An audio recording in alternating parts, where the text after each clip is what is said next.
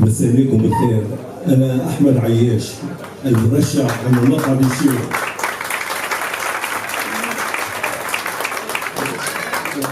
أنا ابن عين رئيسي من 73 سنة.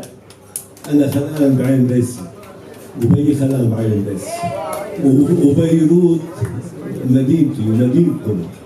بيروت بيتنا كلنا. بيروت عاصمة العرب، عاصمة العالم كله، وإن شاء الله بدها ترجع. بس بدي أخبركم شغلة صغيرة، أنا بشتغل بالصحافة صار لي 47 سنة.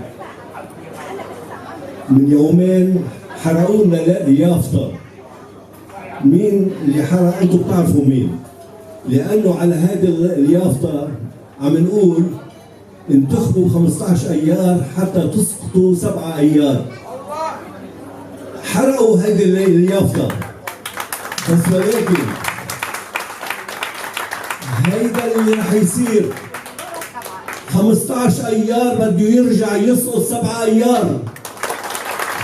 تاريخ بيروت كله انتصارات مهما تعرضت لأزمات، والله معنا إن شاء الله. وتحياتي لكم جميعا.